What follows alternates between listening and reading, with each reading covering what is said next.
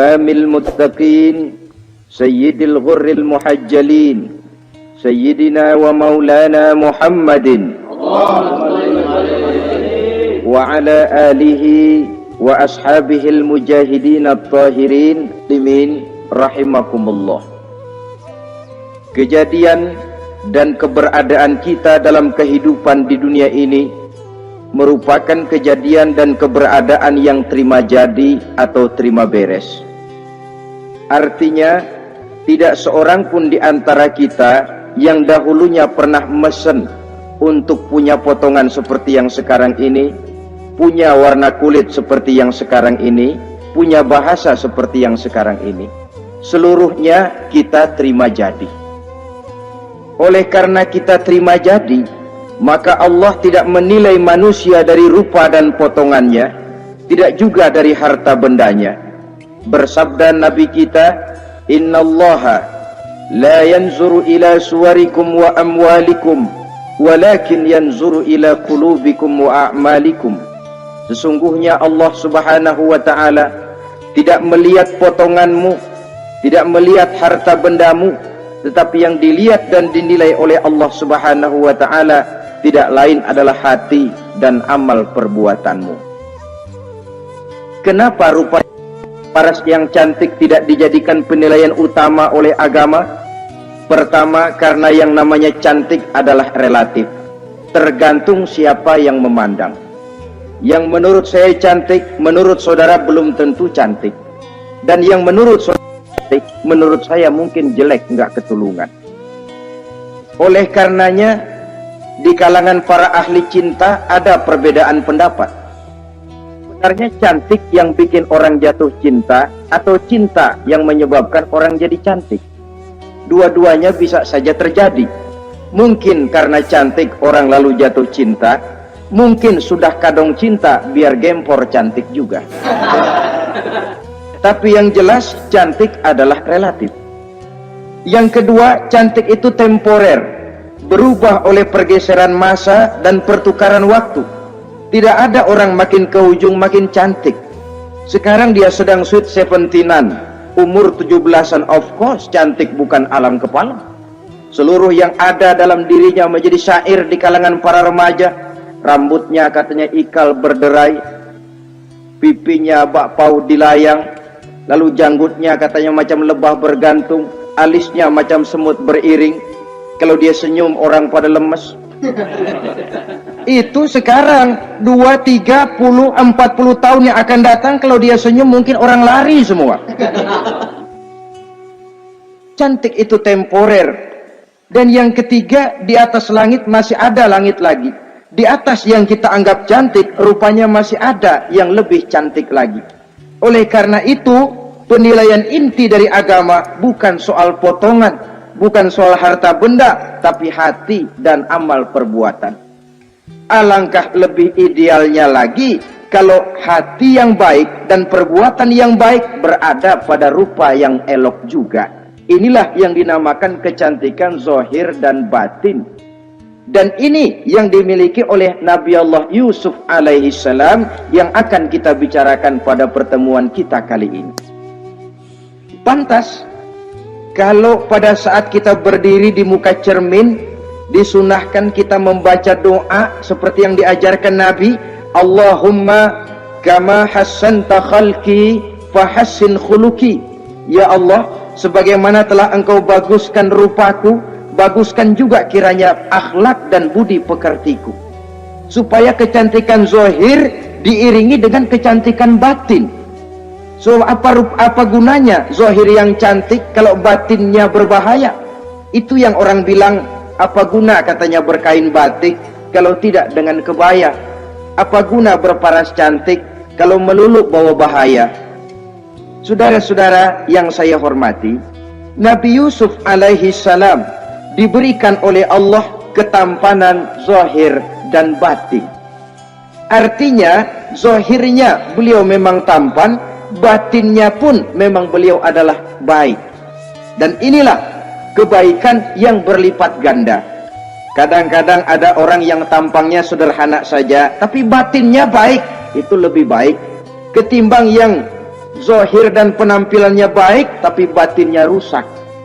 Maka kebaikan yang dianugerahkan Allah dalam kehidupan ini sesungguhnya bukan untuk to show only, bukan cuma untuk sekedar dipamerkan, jadi kebanggaan, macam kontes ratu-ratuan yang manfaatnya hampir tidak ada. Kecantikan untuk disyukuri, kecantikan untuk digunakan kepada hal-hal yang bermanfaat sesuai dengan perintah dari yang memberikan kecantikan itu. Saudara-saudara yang saya hormati, Nabi Yusuf alaihi salam seorang nabi yang oleh Allah diberikan kecantikan zahir dan juga kecantikan batin. Beliau adalah putra dari Nabi Yakub, dari Nabi Ishak, dan dari Nabi Ibrahim alaihi salam. Artinya, ayah beliau bernama Nabi Yakub, kakeknya adalah Nabi Ishak, dan datuknya adalah Nabi Ibrahim alaihi salam. Ia bersaudara sebanyak 11 orang. Dari saudaranya ini hanya satu yang seibu sebapak, yaitu Benyamin. Sedangkan yang lain adalah saudara dari lain ibu. Nah, sejak kecil Nabi Yusuf ini sudah memperlihatkan tanda-tanda bahwa di kelak kemudian hari dia akan tumbuh menjadi seorang besar. Sebab itu wajar kalau ayahnya memberikan perlakuan yang agak istimewa kepada Nabi Yusuf. Dan ini tentu memancing sifat iri dari saudara-saudaranya yang lain. Apalagi pada satu malam Nabi Yusuf di kala remaja itu pernah mimpi. Mimpi ini beliau ceritakan kepada ayahnya. Kata beliau, "Ya abati, inni ra'aitu ahada asyara kawkaba wasyamsa wal qamara ra'aituhum li sajidin." Jadi satu hari Nabi Yusuf cerita kepada ayahnya, "Ayah, saya mimpi." "Mimpi apa Yusuf?" "Saya melihat dalam tidur saya ada 11 bintang, lalu matahari dan bulan. Saya lihat seluruhnya sujud kepada saya." Ayahnya mendengar mimpi ini, mengerti takwil, lalu pesan kepada Nabi Yusuf, "Yusuf, mimpi ini jangan kau ceritakan kepada saudara-saudaramu. Mereka sudah punya pandangan yang tidak baik kepada dirimu. Kalau ini kau ceritakan, mungkin akan membahayakan bagi dirimu." Sebab rupanya saudara-saudaranya yang lain ini iri hati kepada Nabi Yusuf yang memiliki keistimewaan dan mendapat perhatian istimewa juga dari orang tuanya. Saudara, kita tahu ini sesuatu yang wajar dalam kehidupan. Pepatah bilang, likulli zi ni'matin mahsudun. Tiap kali kita mendapat suatu nikmat, bakal ada orang yang hasud, iri hati, dengki. Itu watak kehidupan. Kalau kita jatuh miskin, orang tepuk tangan. Kalau kita jadi kaya, orang tanya berdukun kemana. Wajar saja, likulli zi ni'matin mahsudun. Tiap kali kita mendapat suatu nikmat, tentu ada yang hasud, ada yang iri, ada yang tidak senang. Begitu juga halnya dengan saudara-saudara Nabi Yusuf alaihi salam. Dan watak iri hati ini tidak cuma tinggal iri hati, mereka buktikan lewat tindakan konkret. Suatu hari mereka musyawarah, saudara-saudara yang iri ini. Saudara-saudara, bapak kita nggak adil. Masa Yusuf mendapat perlakuan istimewa? Wa nahnu usbah, sedangkan kita ini golongan yang lebih besar. Dari 12 orang anaknya, masa cuma satu Yusuf yang mendapat perlakuan lebih istimewa? Kita ini yang 11 dianggap angin apa? Nggak adil abah kita ini. Iya, tapi caranya bagaimana? Apa kita omelin bapak? Jangan. Habis Yusuf singkirin. Kalau Yusuf nggak ada, kan anaknya tinggal kita. Praktis perhatiannya seluruhnya akan tercurah kepada kita. Nah, saya ingatkan bahwa hasud sering mendorong orang untuk melakukan segala macam cara. Artinya orang itu kalau sudah dibakar sifat dengki, iri hati, dia rela melakukan apa saja. Pertama, agar nikmat yang ada pada diri orang lain hilang. Yang kedua, supaya nikmat itu pindah kepada dirinya. Andai kata tidak pindah kepada dirinya, ya hilang sajalah, jangan orang lain yang dapat nikmat. Ini watak hasud. ingin nikmat orang lain pindah kepada dirinya, atau hilang walaupun tidak pindah kepada dirinya, tapi yang bersangkutan tidak lagi mendapat nikmat. Untuk itu segala macam cara akan dilaksanakan. Ini dicontohkan dari usaha yang dilaksanakan oleh saudara-saudara Nabi Yusuf alaihissalam. Oke, setuju, kita singkirkan Yusuf. Tapi caranya bagaimana? Gampang. Bunuh saja. Kalau bunuh sih rasa-rasanya tidak sampai hati membunuh Yusuf. Lalu bagaimana? Kita kucilkan saja dia. Kita asingkan dari sini, kita buang jauh-jauh supaya dia tidak ada lagi kelihatan dalam pandangan Abah. Kalau dia sudah tidak ada dalam pandangan Abah, yang dilihat cuma kita, dan seluruh kasih sayangnya akan tercurah kepada kita semua. Nah, setujulah kalau itu. Caranya nanti kita atur belakangan. Jadi satu hari permisilah saudara-saudaranya ini kepada Nabi Yakub. Abah, kami permisi mau pergi main-main dan Yusuf akan kami ajak. Kata Nabi Yakub, saya khawatir. Nabi Yakub sudah melihat gelagat yang tidak baik, sudah ada semacam firasat. Saya khawatir kalau Yusuf kau bawa, nanti dia akan kena celaka atau dimakan oleh serigala, sedangkan kamu nanti akan lalai. Kata anak-anak yang lain, percaya dah Pak, saya akan jaga. Saya kan saudaranya, masa tega membiarkan Yusuf celaka atau dimakan serigala. Pokoknya aman, sip dah.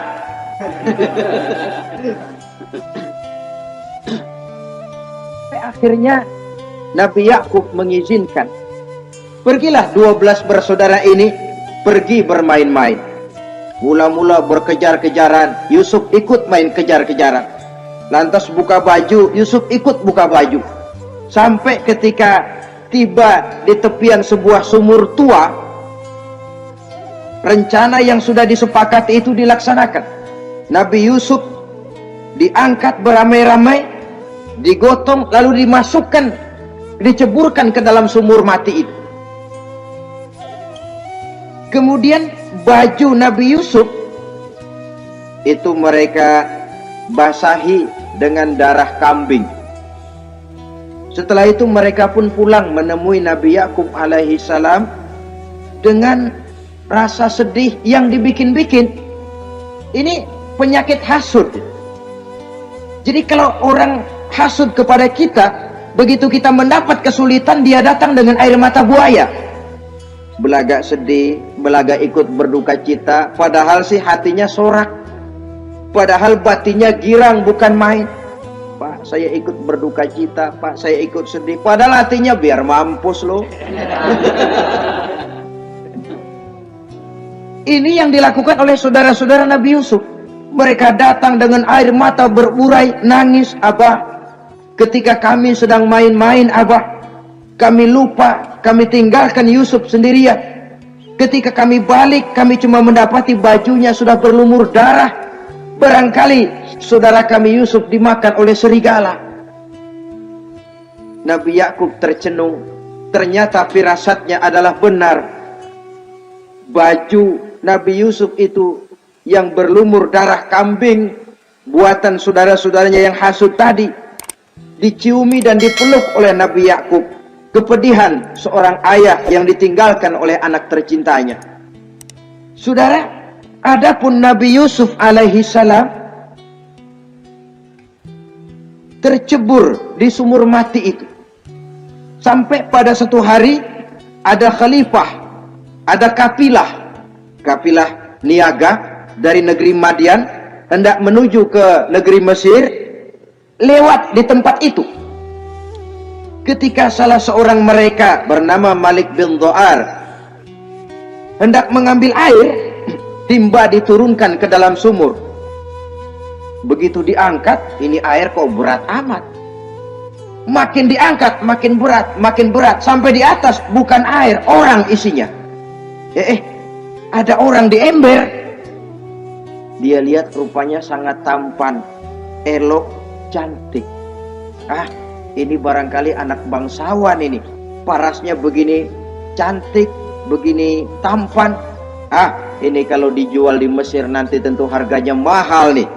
order nih, objek. Maka dibawalah Yusuf ini ke negeri Mesir. Setibanya di sana diperjualbelikan sebagai budak belian. Nah, nasib baik rupanya Yusuf ini ketika terjadi pelelangan dibeli oleh seorang pembesar istana, seorang menteri yang bernama Kitfir. Kitfir melihat, ini cantik anak remaja ini, tampangnya elok, parasnya indah, kelihatannya budi pekertinya pun halus. Kita ambil saja ini, kata Kitfir kepada istrinya Zulaikha. Kita angkat dia jadi anak, siapa tahu nanti dia memberikan manfaat yang besar bagi kita. Baiklah, baiklah. Dan sejak saat itu Yusuf dipelihara di rumah Kitfir dalam istana yang tinggal bersama istrinya Zulaikha. Menurut satu riwayat, 10 tahun lamanya Nabi Yusuf tinggal di tempat Kitfir. Dan selama 10 tahun itu tentu terjadi perkembangan baik jasmaninya maupun rohaninya. Dari anak-anak ia berubah menjadi remaja, lalu meningkat ke arah dewasa. Makin matang kedewasaannya, makin tampan dan elok parasnya, makin cantik budi pekertinya, ditempa oleh watak kenabian yang disiapkan oleh Allah Subhanahu wa ta'ala. Sehingga tidak heran ketampanan Nabi Yusuf ini lalu jadi buah bibir di kalangan istana. Tidak cuma anak perempuan bangsawan, tidak cuma istri para penguasa, sampai kepada kelompok orang awam selalu berandai-andai, kalau saja, andai kata, umpama saya bisa berdampingan dengan Yusuf, kalau saja. Kata-kata kalau saja ini keluar dari perempuan-perempuan yang melihat Yusuf alaihissalam. Dan yang unik, kecantikan Nabi Yusuf itu, kalau dia berdampingan dengan orang yang jelek, si jelek ini ikut sedikit cantik. Biasanya kan kalau ada orang ganteng duduk berdampingan sama orang jelek, makin kelihatan kegantengannya, yang jelek makin demek. Itu biasanya. Tapi kecantikan Nabi Yusuf ini tidak mengangkat orang lain. Nah, rupanya yang tertarik kepada ketampanan Nabi Yusuf ini tidak cuma perempuan-perempuan lain, juga termasuk Siti Zulaikha, istri daripada Kitfir, yang merupakan ibu angkatnya. Kalau pada mulanya Zulaikha merawat Nabi Yusuf sejak kecil dengan harapan nanti akan membawa manfaat, setelah dilihatnya makin lama makin tampan, makin lama makin cantik, makin lama makin rupawan, berubah rupanya rasa kasih sayang seorang ibu menjadi kasih sayang seorang perempuan kepada laki-laki. Dia merindukan saat-saat di mana dia bisa mencurahkan rasa hatinya itu kepada Nabi Yusuf alaihi salam. Hampir-hampir nyaris Zulaikha ini, kalau istilah anak muda barangkali, siang jadi kenangan, malam jadi impian. Kemanapun dia pergi, bayangan Yusuf juga yang selalu menggodanya.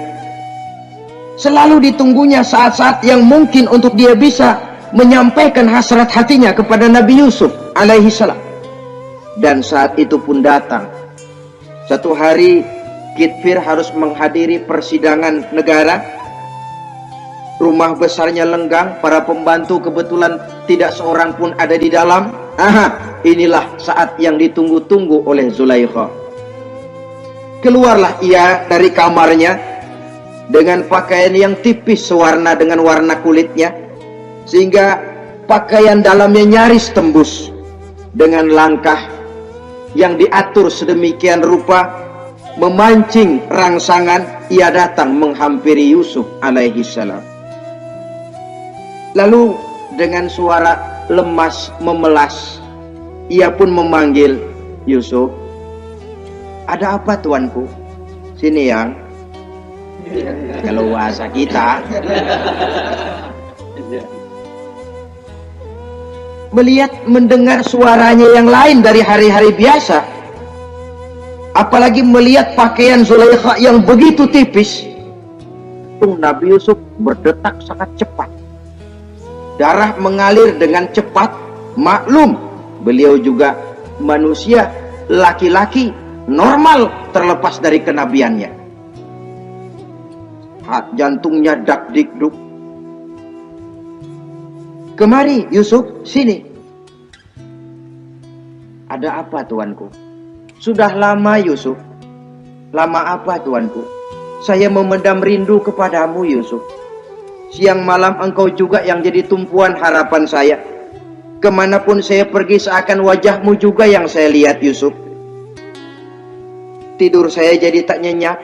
Makan saya tak pernah membawa kekenyangan Yusuf. Tidur yang biasanya mendatangkan semangat seolah semuanya pergi meninggalkan saya Yusuf.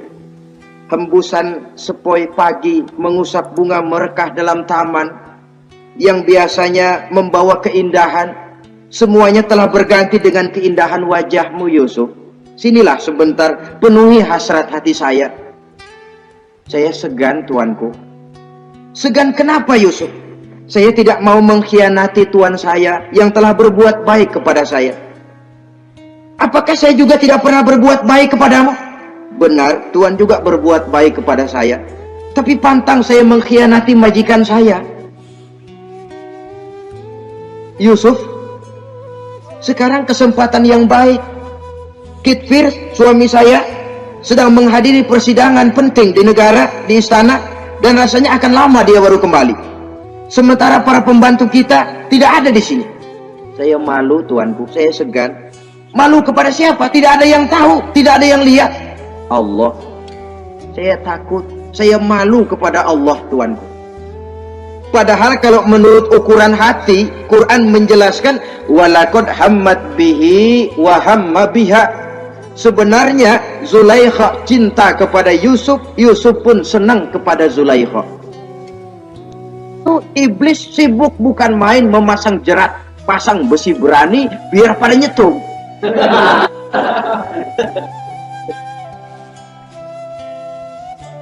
Zulaikha senang Yusuf, Yusuf sebenarnya pun secara manusiawi menyenangi Zulaikha. Walaula an ra'a burhana rabbih. Tapi Yusuf ketika itu melihat larangan Allah, peringatan Allah. Seolah-olah dia lihat Allah mengatakan, Yusuf, ini letter S. Dilarang parkir di sini. Menurut satu riwayat, Nabi Yusuf melihat ayahnya Nabi Yakub melambai-lambaikan tangan menyetop, seolah-olah melarang dia meneruskan langkahnya. Riwayat lain menjelaskan seolah-olah Nabi Yusuf dibisiki oleh malaikat Jibril, Yusuf, kalau kamu kalah sekarang, kamu sama saja gajah kemasukan semut di kupingnya terus mati.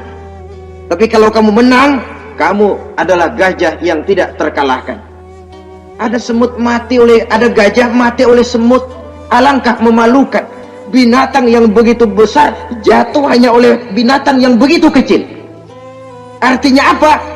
Kau akan jadi orang besar Yusuf. Apakah harus gagal dan jatuh cuma karena bujuk rayu seorang perempuan macam ini? Satu riwayat menjelaskan semacam itu. Sehingga mantap Yusuf, maaf tuanku, saya malu kepada manusia, saya malu kepada majikan, tapi saya lebih malu lagi kepada Allah. Saat ini majikan tidak tahu, orang seorang pun tidak ada yang lihat, tapi Allah pasti lihat. Itu yang saya malu. Ah Yusuf, jangan sok kalem.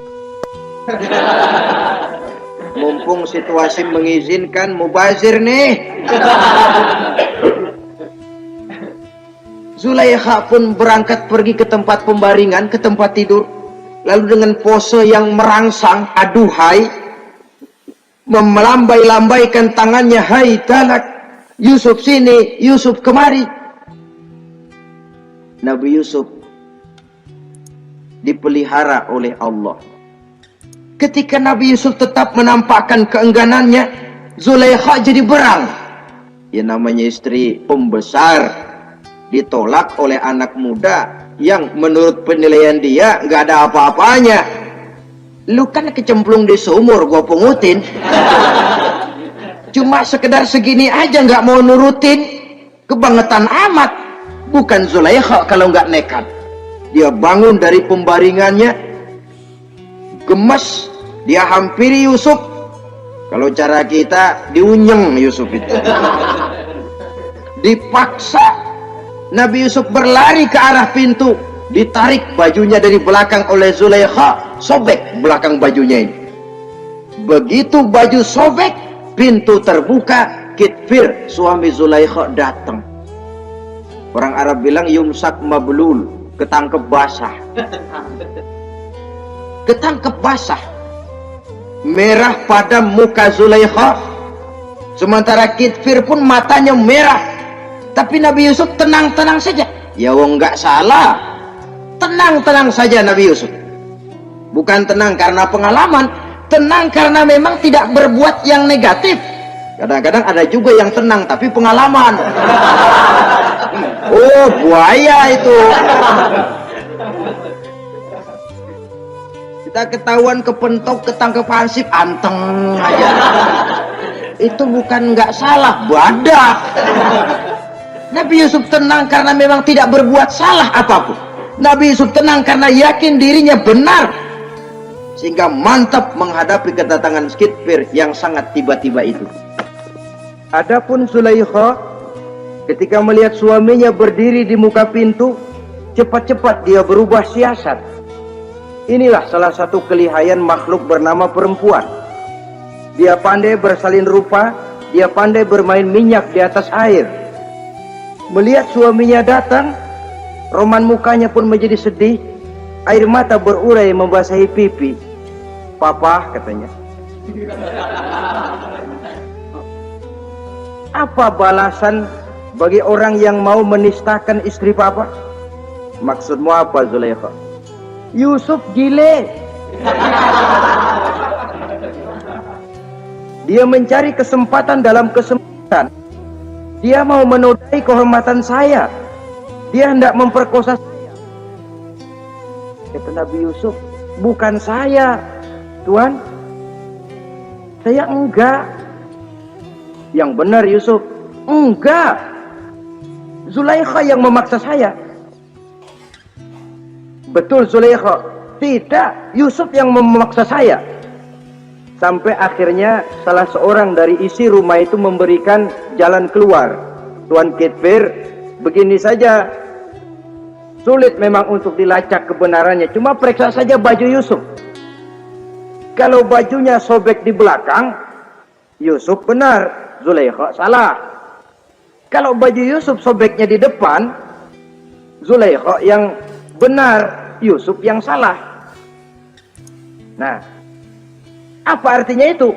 Kalau bajunya sobek di belakang kan artinya Yusuf kabur, ditarik dari belakang. Tapi kalau bajunya sobek di depan, itu artinya Zulaikha nyakar-nyakarin baju Yusuf dari depan. Lihat saja, pokoknya kalau bajunya sobek di belakang, Yusuf benar, Zulaikha salah. Kalau baju Yusuf sobek di depan, Yusuf salah, Zulaikha benar. Ketika diperiksa, dicek bajunya, betul sobek di belakang. Artinya Yusuf benar, Zulaikha yang salah. Kata Kitfir, Zulaikha, jelas sudah bagaimana kejadian yang sebenarnya. Oleh karena itu, bertobatlah kamu kepada Allah. Dan kau Yusuf, jangan ceritakan peristiwa aib ini kepada siapapun, untuk menjaga nama baik kita bersama. Baik Tuan. Saudara-saudara kaum muslimin yang saya hormati, tapi ya bagaimana, serapi-rapinya menyimpan barang busuk, toh akhirnya tercium juga. Gosip ini akhirnya tersiar di mana-mana, terutama di kalangan para pembesar, sehingga kalau kumpul para istri pejabat, Zulaikha jadi bahan gunjingan. Kan main bini menteri demen sama budaknya. Nggak salah apa tuh, jadi bahan ejekan. Ya sebab tentu ukuran mereka yang belum pernah ngelihat Yusuf, kalau duren ketemu duren dong. Masa duren ketemu ketimun ya bonyok. Artinya nggak seimbang. Masa istri bangsawan tergila-gila sama anak angkatnya, sama budak beliannya, nggak masuk rasio itu. Zulaikha dengar berita macam itu. Sampai dalam hatinya, pantas saja kamu ngenyek saya, kamu meremehkan saya, karena kamu belum pernah lihat potongan Yusuf bagaimana. Akhirnya dalam hati Siti Zulaikha ini timbul semacam dendam. Suatu saat gua kerjain lo. Caranya gimana? Satu hari para istri bangsawan ini diundang ke tempat Siti Zulaikha, duduk di satu ruangan luas. Setelah duduk dihidangkan makanan. Makanannya aneh, cuma buah sama pisau. Ketika buah dan pisau sudah siap, satu orang satu, ketika mereka sedang mengupas itu, Zulaikha berkata kepada Nabi Yusuf, Yusuf, kau jalan dari sini ke sana, melintas kayak peragawati gitu. Untuk apa Tuhan? Pokoknya jalan aja dah. Nabi Yusuf jalan. Sejak beliau melangkah ke ruangan itu, semua mata perempuan-perempuan bangsawan yang lagi ngupas buah, semuanya tertuju kepada Yusuf. Ada yang matanya emang buluk, makin buluk. Ada yang ngeliatin campur mulutnya menganga. Apa kata mereka? Falamma ra'ainahu akbarnahu wa qatta'na aydiyahunna wa qulna hasya lillah ma hadza bashar in hadza illa malakun karim. Falamma ra'ainahu, ketika perempuan-perempuan itu melihat Yusuf, akbarnahu, mereka agungkan Yusuf, wa qulna hasya lillah, mereka bilang, ini sih bukan orang nih, ini malaikat nih, bukan orang. Orang segini cakepnya, artinya belum pernah mereka lihat paras yang secantik dan setampan itu. Akibatnya apa? Nggak berasa mau motong buah keiris tangan. Rata-rata perempuan yang ada di situ tangannya pada luka. Kenapa? Mau motong buah, mata kemana, mulut kemana, tangan kepotong. Melihat itu semua, Zulaikha puas. Nah, kamu baru ngelihat sekejap. Bagaimana saya yang siang malam ngelihat Yusuf? Bagaimana saya yang tiap saat hidup bersamanya? Bagaimana saya nggak merindukan dia? Ente yang baru pernah ngelihat sekelebatan udah motong tangan. Saya yang tiap hari sama-sama dia nggak celeng juga udah pantas. Saudara-saudara kaum muslimin yang saya hormati, akhirnya untuk menjaga nama baik keseluruhannya, Nabi Yusuf pun mengalah. Karena berita ini sudah tersiar, Yusuf dipojokkan. Tidak cuma sekedar dipojokkan, beliau dimasukkan ke dalam penjara. Tapi apa kata beliau? Rabbi sijnu ahabbu ilayya mimma yad'unani ilai.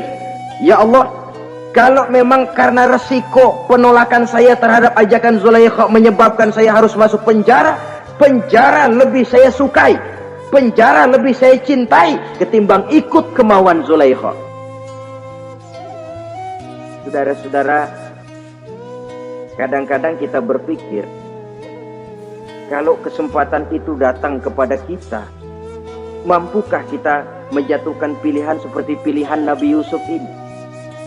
Lebih baik penjara ketimbang mengikuti bujuk rayu perempuan untuk melakukan perbuatan yang menyeleweng ini. Ini yang dipilih oleh Nabi Yusuf, tegar. Kalau memang sebagai resikonya saya harus masuk penjara, penjara lebih saya cintai, penjara lebih saya suka daripada mengikuti bujukan Zulaikha. Teguh karena suatu prinsip. Bukankah dalam perjuangan menegakkan akidah, kadang kita mendapat piala, tapi tak jarang kita berhadapan dengan penjara.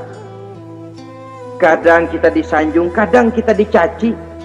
Itu romantika perjalanan dari yang namanya perjuangan. Tapi pilihan harus ada. Ketimbang ikut bujuk rayu perempuan yang mengajak melakukan perbuatan serong, penjara lebih saya cintai. Sudah pada saat hendak diajak tidak ada yang melihat, beliau menolak. Akibat penolakannya pun masuk penjara, tapi penjara lebih menyenangkan hatinya. Ketimbang hidup merdeka tapi jiwa terpenjara. Inilah Nabi Yusuf barangkali. Biar badan masuk penjara, asal jiwa merdeka. Kita sekarang sebaliknya. Jiwa terpenjara tidak jadi soal, asal badan merdeka. Maka jiwa kita sering dijajah. Entah dijajah harta, entah dijajah pangkat dan jabatan, entah dijajah iblis. Jiwa kita yang terpenjara, sementara badan kita merdeka. Nabi Yusuf tidak. Biarlah badan di penjara, asal jiwa merdeka untuk menegakkan sesuatu yang hak.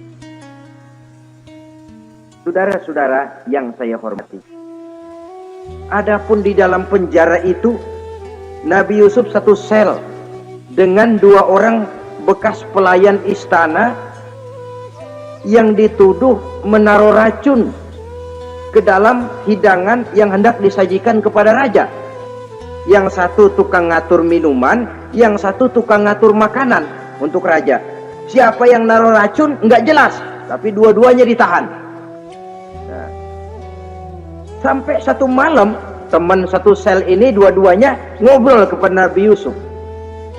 Yusuf, kami ini dipenjara karena dituduh menaruh racun ke dalam hidangan yang dihidangkan kepada baginda raja.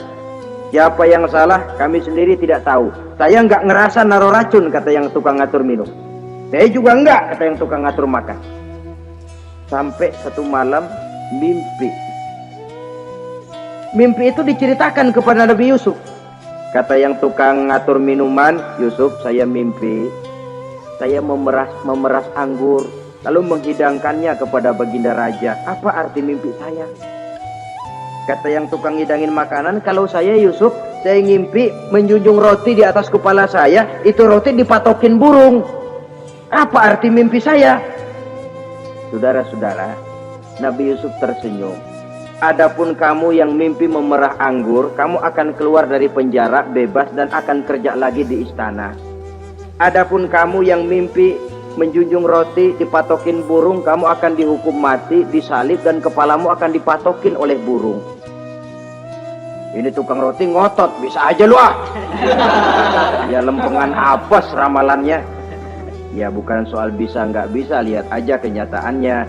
Cuma kepada kamu yang tukang ngatur minuman, saya pesan, kalau nanti kamu bebas kembali di istana raja, tolong ceritakan ihwal saya kepada baginda raja ini. Saya mendekam di penjara ini tanpa berbuat salah apapun. Baik, insya Allah Yusuf. Dan ketika persidangan memutuskan seperti tepat yang diramalkan Nabi Yusuf, si tukang menghidangkan makanan dihukum mati, si tukang menghidangkan minuman kembali kerja di istana. Tapi begitu kerja, dia lupa sama pesan Nabi Yusuf. Itu biasanya watak orang memang begitu. Kalau dalam keadaan kepepet, macam-macam janjinya. Begitu keadaannya longgar, lupa sama janjinya.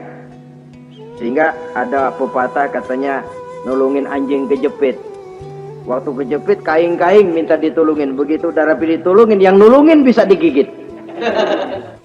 Saudara hadirin yang saya hormati, sampai bertahun-tahun Nabi Yusuf mendekam dalam penjara. Tapi itulah yang menambah kedewasaannya. Maka orang beriman ya, yang mantap nilai imannya, tempat tidak jadi soal. Kadang-kadang dia merasakan penjara lebih indah dari alam terbuka. Banyak orang-orang beriman yang justru di penjara menghasilkan karya-karya besar. Kita tahu misalnya almarhum Hamka justru di penjara bisa menyelesaikan tafsir Al-Azharnya, salah satu karya besar pujangga terkemuka ini. Macam Hasan Al-Banna, Abdul Qadir Audah, dan banyak lagi tokoh-tokoh Ikhwanul Muslimin merasakan justru penjara itu bagaikan sorga. Kenapa? Mereka yakin di penjara untuk sesuatu yang benar, maka tempat tidak pernah jadi masalah. Kalau jiwa merdeka puluhan tahun mendekam di penjara, tidak akan merupakan satu rasa yang lama. Kenapa? Jiwa tidak bisa dibatasi oleh ruangan 2x3 meter. Jiwa yang merdeka tidak bisa dibatasi dengan teralis besi. Jiwa yang merdeka tidak bisa dibatasi dengan dinding tembok yang tebal. Jiwa yang merdeka mengembara, melanglang buana, mencari idealisme yang ada dalam dirinya. Itu yang dirasakan oleh Nabi Yusuf alaihissalam. Untungnya satu malam raja ngimpi. Untungnya ini ngimpinya luar biasa. ada 7 ekor lembu gemuk-gemuk makanin 7 ekor lembu yang kurus-kurus.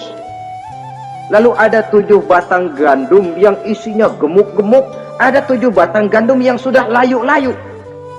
Nah, pagi-pagi ini seluruh dukun-dukun istana dikumpulin, para ahli nujum apel menghadap Baginda Raja. Nujum, dukun, ada apa Tuan Raja? Tadi malam saya ngimpi ada 7 ekor lembu gemuk-gemuk memakan 7 ekor lembu yang kurus-kurus. Coba takwilkan apa arti mimpi saya itu. Dukun kata, baru tumben nih aku dengar mimpi begini. Kata Nujum ditanya Nujum godek. Ah, Tuan Raja itu mah kembang tidur aja kali ah. Tidak seorang pun yang mampu mentakwilkan arti mimpi Baginda. Sampai tukang minuman dengar lapor, Tuan Raja, ada apa, Mas? Saya waktu di penjara ada seorang anak muda namanya Yusuf, dia mentakwilkan mimpi saya dan pas seperti takwilnya. Ah, panggil Yusuf. Dipanggil Yusuf, dibukain pintu penjara, masuk tukang anggur, tukang minuman ini. Yusuf, ente, iya. Kemana aja? Itu dia Yusuf, kelupaan. Ya kalau kelupaan sehari 2 hari barangkali bisa ditolerir, kelupaan bisa tahunan. Cuma begitu dengar ada mimpi, pikir tukang minuman, ah kali aja ini Yusuf bisa takwilkan, kan jasa saya nemuin Raja sama Yusuf kan, komisi lumayan. Begini Yusuf, Baginda Raja mimpi begini-begini, barangkali kau bisa takwilkan, kau dipanggil menghadap Tuan Raja. Berangkatlah Yusuf menghadap Tuan Raja. Sesampainya di sana, mohon maaf Tuan Raja, menurut takwil saya, arti mimpi Tuan Raja itu akan datang satu masa di mana 7 tahun lamanya negara ini subur, makmur, aman, tentram, gemah, repah, loh jenawi, toto tentrem, kertora harjo. Tapi akan datang setelah itu 7 tahun lamanya di mana musim kemarau membahana, tanah menjadi kering gagal, rakyat diancam kelaparan. Dan kita harus siap-siap untuk itu. Itu takwil mimpi Tuhan. Caranya bagaimana Yusuf mengatasi krisis kelaparan ini? Ya kita bikinlah gudang-gudang untuk menyimpan makanan. Kalau lagi panen jangan mumpung. Ingat pada suatu saat kita akan paceklik. Sehingga kata orang-orang tua dulu, kalau lagi sehat ingat dong bakalan sakit. Kalau lagi kaya ingat dong bakalan miskin. Semuanya itu milik daripada kehidupan. Tidak ada orang yang ketawa terus dalam hidup. Tidak ada orang yang nangis terus. Semuanya silih berganti, datang pergi, patah tumbuh hilang berganti. Dunia hari ini bikin kita ketawa, besok dia buat kita menangis. Hari ini dibuatnya kita senyum, besok dibuatnya kita berurai urai air mata. Hari ini dijadikannya kita kaya, besok dijadikannya kita kere. Pantas kalau orang bilang wamal hayatud dunya, Allah mengatakan wamal hayatud dunya illa lahwun wa la'ib. Hidup dunia ini cuma sandiwara. Tiap kita sekarang sedang memegang peranan. Ketika memegang peranan, ya jadi orang kaya peranan, jadi kiai peranan, jadi jenderal peranan. Sama saja dengan wayang golek. Gatot Kaca yang bertulang kawat berotot baja, punya ajian beraja musti, gagah perkasa, bisa terbang di angkasa. Hebat perkasa Gatot Kaca. Kapan? Waktu dipegang dalang. Betul apa benar? Gagahnya Gatot Kaca, sakti mandragunanya sang Gatot Kaca. Kapan itu? Waktu dipegang dalang. Begitu peranannya selesai, sama dalang dimasukin ke kotak, diam aja Gatot Kaca. Terbang kek enggak, diam aja. Begitulah kehidupan ini. Gagah kita menyandang bintang 4 di pundak. Gagah kita membawa harta yang banyak. Gagah kita memegang jabatan ini dan itu. Waktu oleh sang sutradara dimasukkan ke dalam lubang yang luasnya tidak lebih 1 kali 2 meter, nggak bekutik, nggak ada yang lawan. Jenderal yang berbintang 4 dilonjorin, dia yang lihat anteng aja. habis peranan, sudah sampai di situ. Dan itu wajar. Kata Nabi Yusuf, kalau lagi panen, ingat pada suatu saat kita akan paceklik.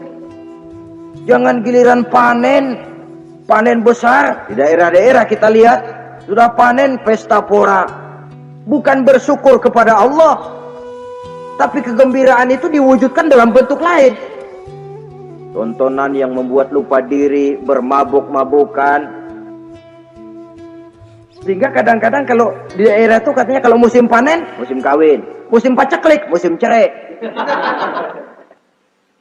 Saudara-saudara kaum muslimin yang saya hormati, karena itu dalam satu hadis Nabi ingatkan, ta'arraf ilallah firraha ya'rifka fisyiddah. Ingatlah kepada Allah di waktu kamu senang, supaya Allah ingat kepadamu waktu kamu susah. Kalau waktu senang kita lupa kepada Allah, ya wajar. Kalau waktu susah Allah juga lupain kita. Dalam terjemahannya dengan kehidupan beragama, wa man a'rada an zikri fa inna lahu ma'isyatan dhanka wa nahsyuruhu yaumal qiyamati a'ma. Siapa yang berpaling daripada peringatanku, kata Allah, aku akan berikan dia penghidupan dan kehidupan yang sempit. Sempit itu apa lalu tidak punya duit? Punya duit. Apa tidak punya harta? Banyak harta. Tapi banyaknya harta, tumpukan duit tidak membuat hatinya makin luas, tidak membuat hidupnya makin lapang. Sempit, sempit, dan sempit itu azab. Yang paling celaka, wa nahsyuruhu yaumal qiyamati a'ma. Di akhirat kami kumpulkan dia bersama orang-orang buta. Allahu Akbar. Di padang mahsyar, dikala orang sibuk, pusing dengan urusan masing-masing, buta lagi. Yang nggak buta aja pusing. Mereka teriak-teriak, qala rabbi lima hasyartani a'ma wa qad kuntu basira. Ya Allah, kenapa kami buta padahal waktu di dunia kami melihat? Allah jawabnya enak aja, kadzalika atatka ayatuna fanasitaha wa kadzalika al-yauma tunsa. Rasain deh lo. Dulu waktu di dunia datang peringatanku pada belaga pilon, kamu lupakan. Sekarang juga pantas kamu dilupakan. Waktu susah kamu lupa, waktu senang kamu lupa Allah. Waktu susah juga pantas kamu dilupakan Allah. Waktu di dunia kau berpaling dari peringatan Allah, kalau sekarang Allah berpaling kepadamu juga adil. Walaupun kalau Allah mau tidak berpaling juga adil, sebab Allah itu mutlak. Tidak ada yang membatasi apa yang dimaui oleh Allah. Saudara-saudara kaum muslimin, itu pesan Nabi Yusuf. Bikin gudang yang besar, simpan bahan makanan untuk persediaan musim kemarau. Kalau begitu sekalian aja deh Yusuf. Sekalian bagaimana Tuan Raja? Kau saya angkat jadi menteri urusan makanan dan urusan kemakmuran. Tuan Raja, apa enggak terburu-buru? Kau bisa mentakwilkan mimpi saya, bahkan kau bisa mencari jalan keluar. Ini sudah sesuatu yang menguntungkan Yusuf. Mencari jalan keluar ini pemikiran yang menteri saya belum bisa berpikir kayak kamu. Sudah, kau pegang jabatan ini. Nabi Yusuf tidak minta, diberikan. Ada pesan, jangan memberikan jabatan kepada orang yang meminta. Terus kalau orang sudah minta, tentu ada pamrih dan ada tendensi. Jangan memberikan jabatan kepada orang yang banyak ngeluarin duit untuk mencapai jabatan itu. Sebab apa? Kalau orang mendapat satu jabatan karena banyak ngeluarin duit, maka pekerjaan pertama yang akan dilakukan setelah mencapai jabatan itu ialah dia akan berpikir, bagaimana caranya biar modal gua pulang. Orang jadi gubernur, jadi menteri karena banyak ngeluarin duit, belum dia sempat kerja buat kepentingan rakyatnya, dia lebih dulu akan berpikir bagaimana duit yang saya keluarin supaya pulang. Sisanya kalau ada, barulah untuk kepentingan rakyat, itu pun kalau keburu. Saudara-saudara yang saya hormati, Nabi Yusuf tidak pernah minta jabatan. Raja memberikan jabatan itu. Dan tepat seperti takwil beliau, musim kemarau datang, rakyat dilanda kelaparan, lalu berbondong-bondong ke istana mencari bahan makanan. Yusuf langsung mendrop bahan makanan ini. Alhasil saudara-saudara, bahaya kelaparan ini sampai juga ke daerah tempat di mana Nabi Yakub tinggal. Lalu beliau utus anak-anaknya. Saya dengar Di negeri Mesir ada seorang menteri muda yang tampan dan baik hati. Pergilah kau ke sana dan mintalah makanan darinya. Berangkatlah mereka ini. Saudara-saudara, Nabi Yusuf lihat, ini saudara-saudara saya ini yang dulu nyeburin saya ke sumur. Sekarang pada antri minta jatah makanan. Kalau kita lagi di atas lihat orang di bawah kan enak, yang bawah kelagapan. Kayak orang sedang berkuasa, namanya lagi berkuasa, ngomong apa juga benar. Orang kalau lagi berkuasa kentut bagus masih. Tapi kalau sudah jatuh, jangankan apalagi buang angin, batuk aja diomelin. Miskin batuk melulu lah. Di atas itu, posisi di atas gampang buat move. Andai kata Nabi Yusuf waktu itu mau menteror, membalas saudara-saudaranya, kesempatan emas. Tapi memang hatinya hati yang mulia, jiwanya jiwa yang besar.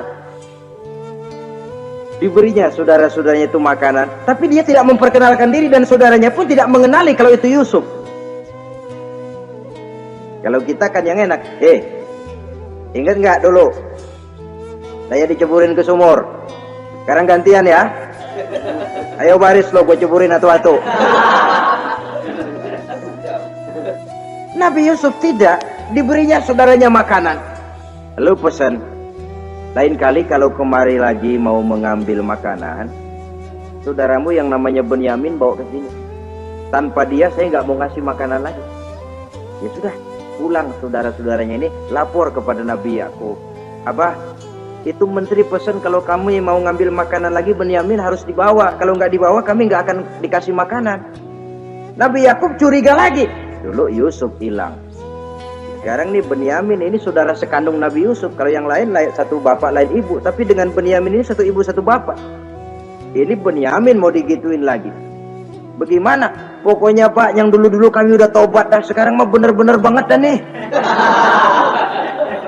Biasanya sekali lancung ke ujian itu seumur hidup orang nggak percaya. Sampai akhirnya Benyamin pun dibawa ke sana.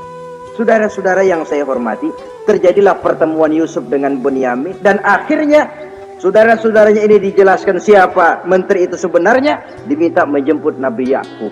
Bertemulah Nabi Yusuf dengan ayahnya Nabi Yakub alaihi salam. Adapun Kitfir sudah lama meninggal, Zulaikha pun sudah menjadi janda.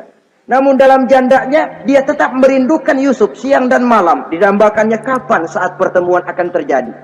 Sampai ketika satu hari didengarnya Yusuf akan meninjau satu daerah, dia sudah diri paling depan.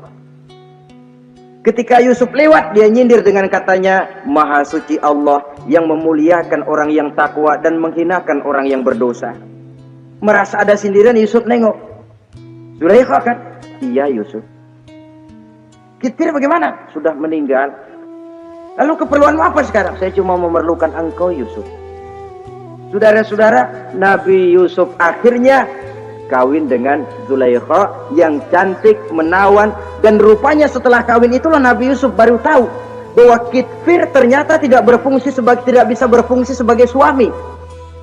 Dengan kata lain, puluhan tahun Zulaikha kawin dengan Kitfir tetap perawan, utuh, awet.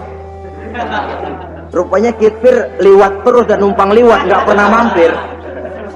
Dan sejak saat itu berbahagialah Nabi Yusuf dengan Siti Zulaikha. Kita ambil hikmah dari riwayat singkat ini. Pertama, kecantikan zohir lebih penting, kecantikan batin lebih penting dari kecantikan zohir. Alangkah lebih baik lagi kalau kecantikan zohir itu berpadu dengan kecantikan batin. Karena dalam pandangan Islam, Allah tidak menilai manusia dari rupa dan harta, tetapi dari hati dan amal perbuatan. Yang kedua, bahwa ujian dan cobaan yang diterima Nabi Yusuf tetapi dihadapi dengan ketabahan, pada akhirnya menghasilkan kebahagiaan dunia dan kebahagiaan akhirat. Inilah saja pertemuan yang singkat ini, mudah-mudahan ada manfaatnya. Terima kasih atas segala perhatian, mohon maaf atas segala kekurangan. Wassalamualaikum warahmatullahi wabarakatuh. Waalaikumsalam warahmatullahi wabarakatuh. Turut berbagai hadis yang sahih, Nabi Isa Al-Masih nanti akan turun lagi. Tidak membawa risalah yang baru, tapi meluruskan risalah Islam ini yang telah banyak ditinggalkan oleh masyarakat.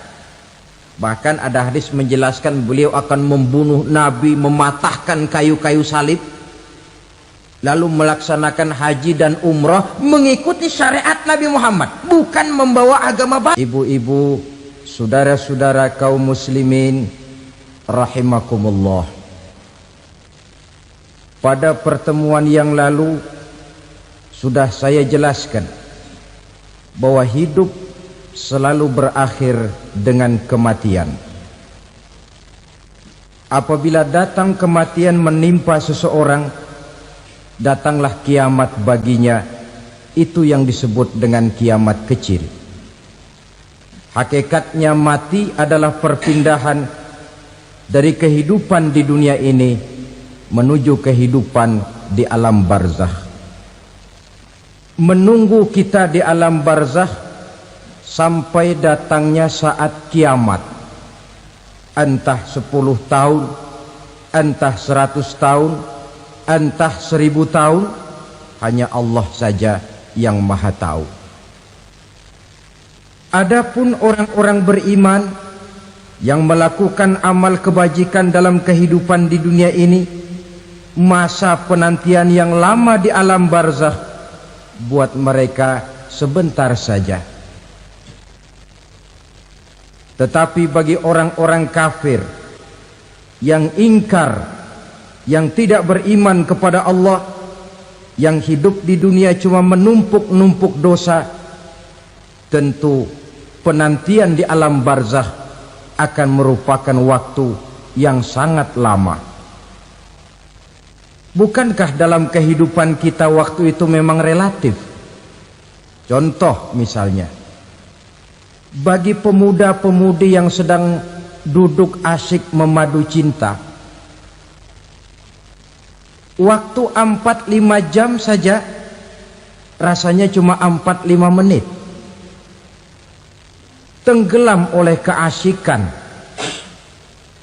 Tapi buat orang yang berbaring di rumah sakit, meratap di balik-balik apa itu tembok derita kata lagu,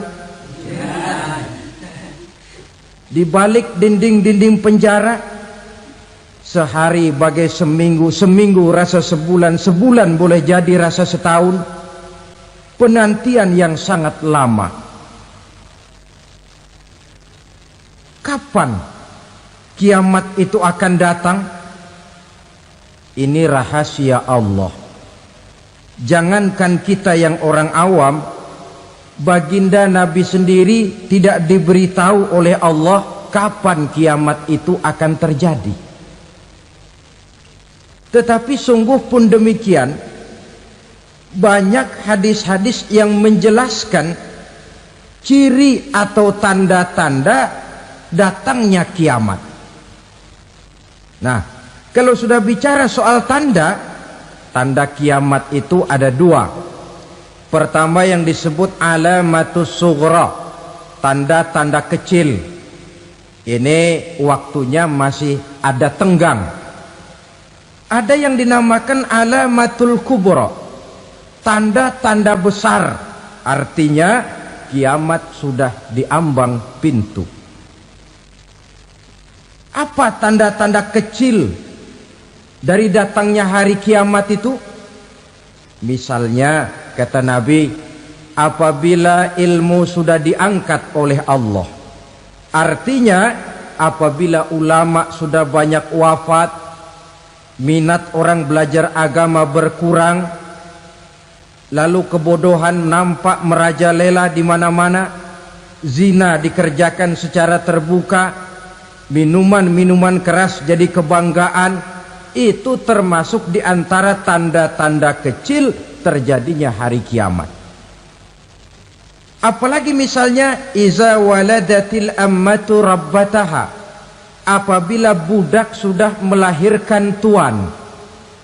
Apa maksudnya? Ada yang mentafsirkan apabila anak sudah bisa membudaki orang tuanya. Orang tua yang melahirkan dia, yang membesarkan dia, demi setelah si anak besar jadi orang berpangkat, bertitel, berharta, berkedudukan.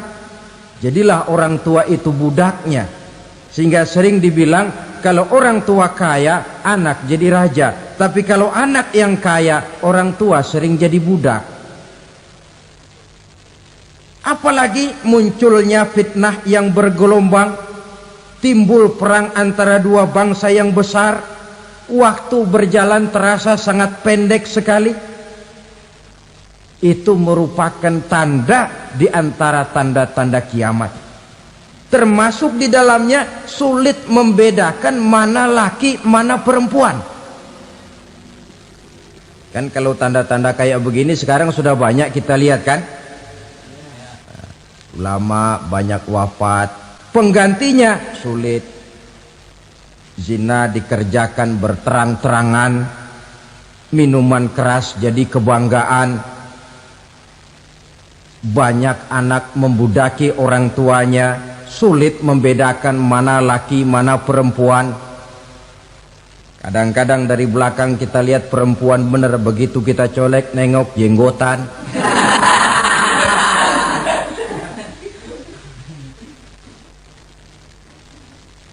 Ini termasuk tanda-tanda kecil, masih ada tenggang sampai akan terjadinya kiamat itu. Nah, yang dimaksud dengan tanda-tanda besar, ini tanda besar artinya kiamat sudah di ambang pintu. Pertama, matahari terbit dari sebelah barat. Apabila matahari sudah terbit dari arah sebelah barat, tertutuplah sudah pintu taubat. Bersabda Nabi kita, la taqumus sa'atu hatta tatlu'a syamsu min maghribiha. Tidak akan datang hari kiamat sampai matahari terbit dari arah sebelah barat. Wa iza tala'at, manakala matahari telah terbit dari arah sebelah barat, wa ra'ahan nasu, manusia banyak menyaksikan itu, amanu ajma'un, mereka pun lalu beriman.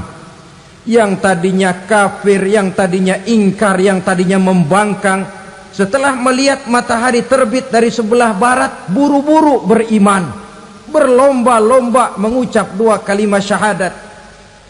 Tapi apa yang terjadi? Kata Nabi, wadzalika hina la yanfa'u nafsan imanuha lam takun amanat min qabl. Hari itu adalah hari yang iman sudah tidak berguna lagi bagi seseorang apabila sebelumnya memang dia tidak pernah beriman. Au kasabat fi imaniha khaira, atau beriman tetapi tidak pernah melakukan kebajikan di dalam keimanannya itu. Hari yang sudah kasib, hari yang sudah terlambat, beriman tidak akan ada gunanya lagi. Ini pelajaran buat kita. Sebelum sang surya terbit dari sebelah barat, sebelum nafas sampai di tenggorokan, artinya pintu taubat masih terbuka. Kalau dua hal itu sudah terwujud, nafas sudah sampai di kerongkongan atau matahari sudah terbit dari arah sebelah barat, tertutuplah sudah pintu taubat. Tak ada lagi gunanya pangkat, jabatan, harta, bahkan beriman pun dalam suasana macam itu. Too late, kata orang Kulon. Sudah terlambat. Matahari terbit dari arah sebelah barat. Itu tanda besar, artinya kiamat sudah di ambang pintu. Lalu apalagi tanda besar? Munculnya Dajjal. Dajjal artinya pendusta-pendusta yang menyesatkan manusia. Ada dua macam Dajjal, saudara. Ada Dajjal kecil. Ini Dajjal kelas teri. Kalau ini sejak zaman Rasulullah sudah ada itu. Tiap zaman ada. Di zaman Rasulullah misalnya ada yang bernama Aswad al-Unsi dari Yaman. Ada yang namanya Musailamah al-Kazzab dari Yamamah. Ada yang namanya Ibnu Sayyad dari Madinah.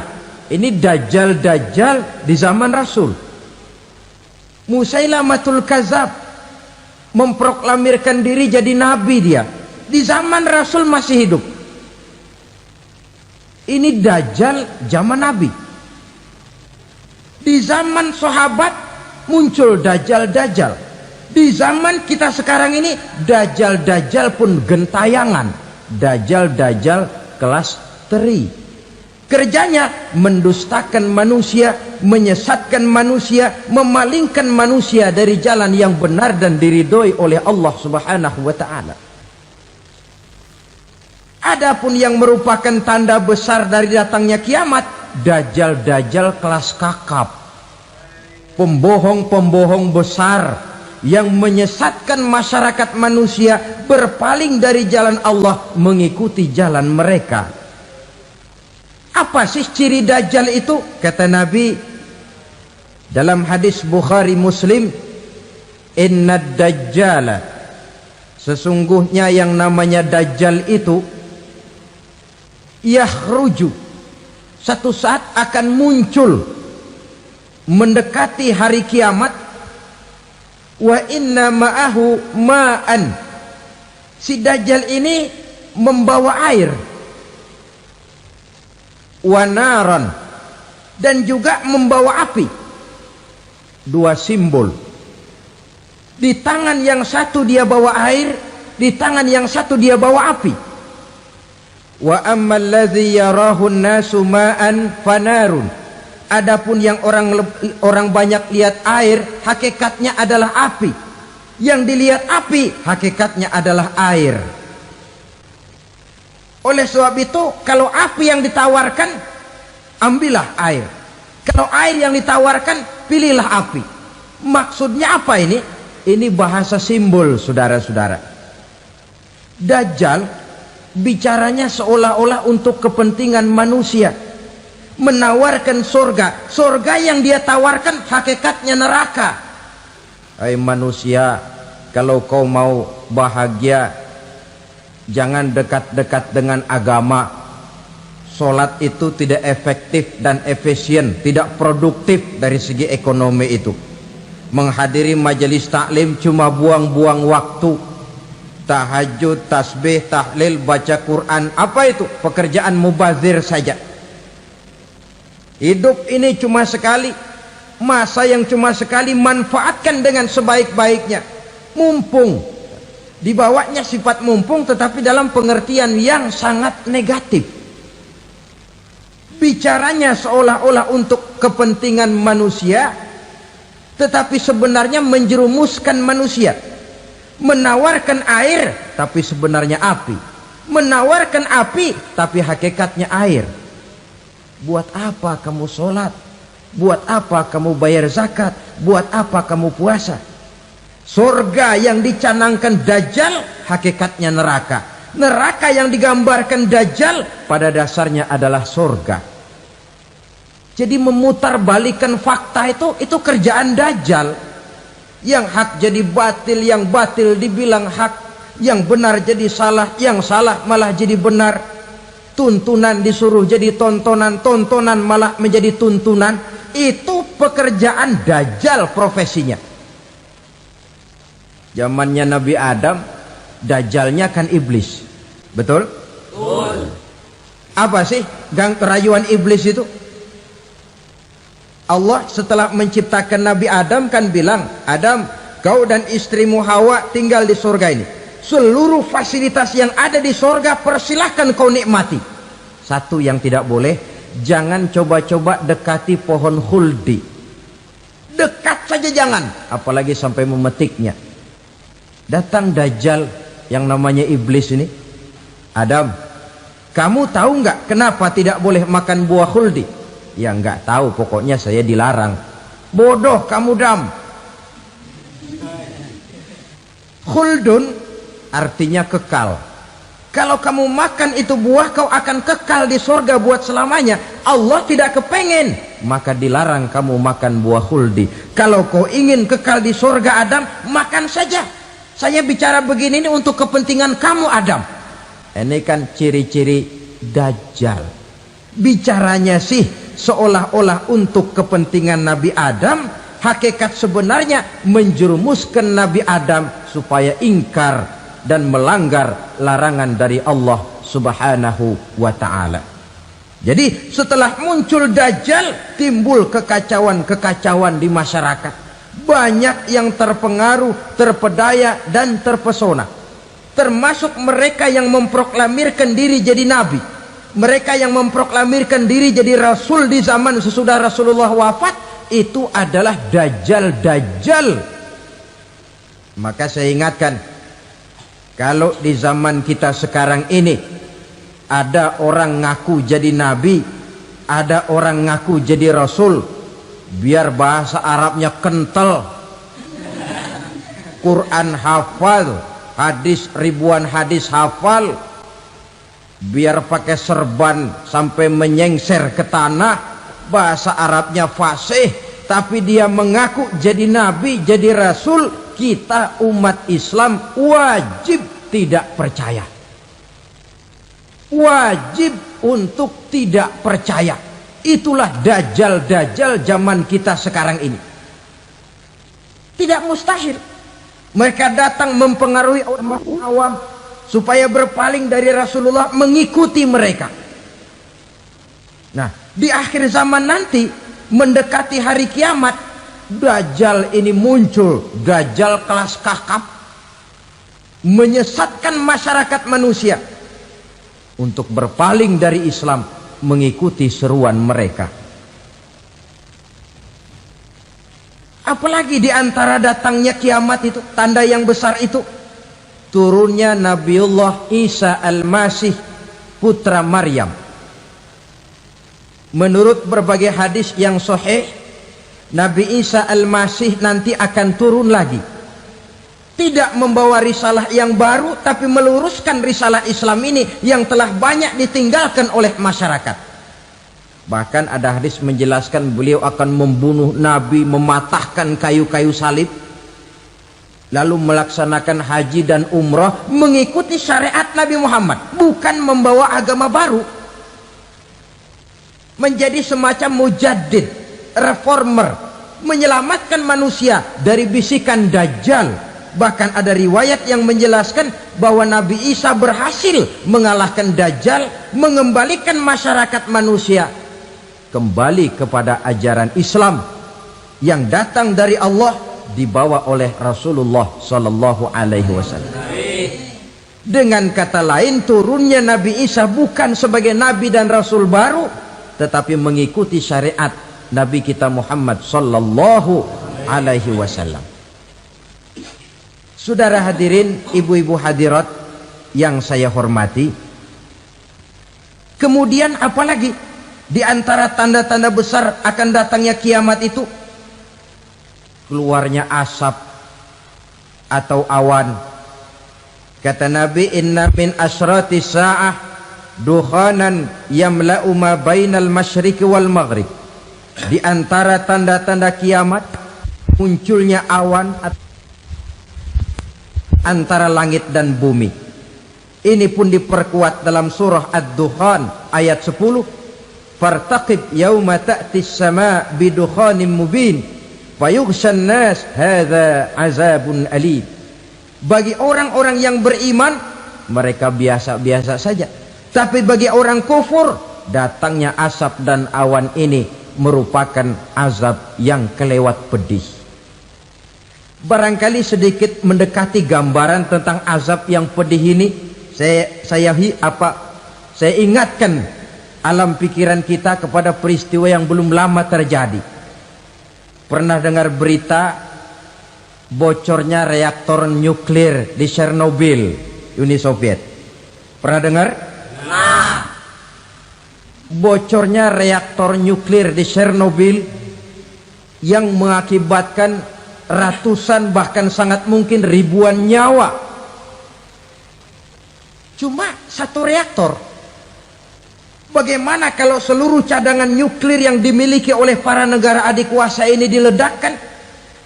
Bahkan yang konon menurut catatan, cadangan nuklir yang dimiliki bersama oleh Amerika dan Rusia sekarang ini sudah sanggup memusnahkan 6 miliar manusia, 1,5 kali lebih banyak dari jumlah manusia yang nongkrong di permukaan bumi ini.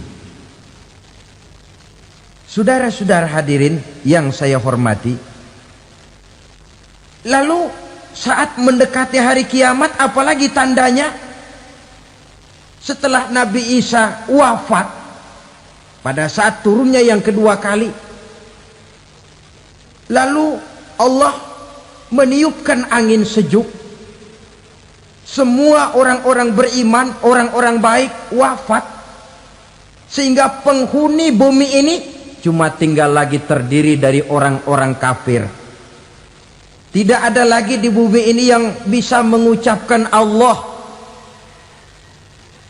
Sehingga dalam hadis qudsi itu ada keterangan, innallaha azza wa jalla yaqulu li Israfil.